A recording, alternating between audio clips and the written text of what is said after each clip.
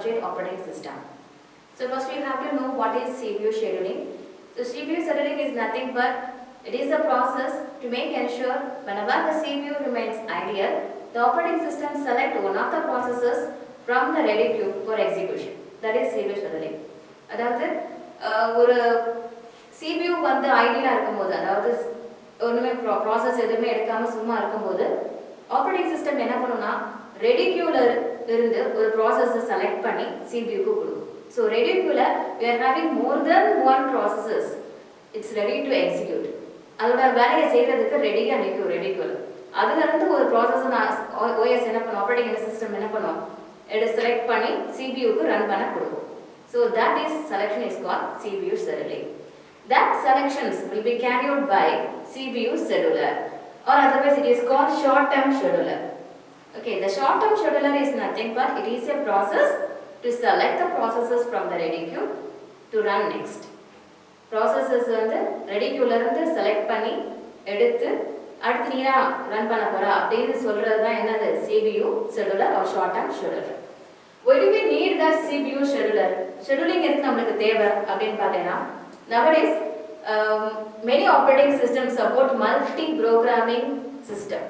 So what is a multi-programming system? It's nothing but more than one program can be run at a time in CPU.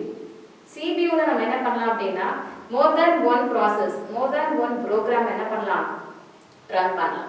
So that is possible by nowadays OS, that means Windows XP, Windows 10, all are supported. Mac, Linux, Ubuntu, all OSs are supported a multi-programming system. So in that type of scenario, the multi-programming system, one process is executing in the CPU mean suddenly some IO request came. That running process goes to the waiting state.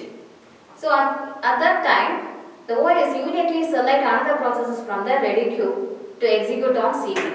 So the OS doesn't be the CPU be ideal for long time.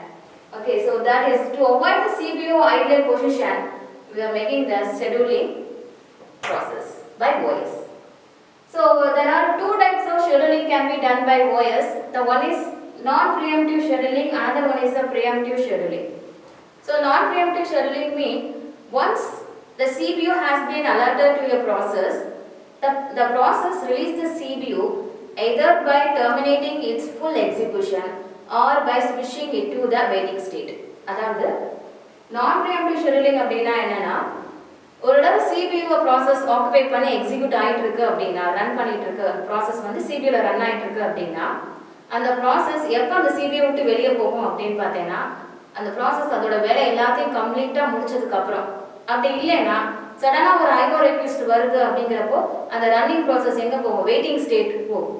இந்த ரெண்டு சாய்ஸில் மட்டும்தான் CPU விட்டு அந்த process வெளியே போகும். So that is non-preemptive scheduling.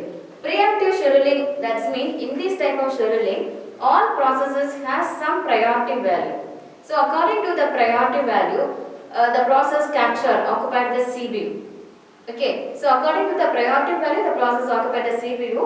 While the process is running, some other IO request came means suddenly that process goes to the waiting state, and immediately the operating system select another priority, highest priority value of process to occupy the CPU.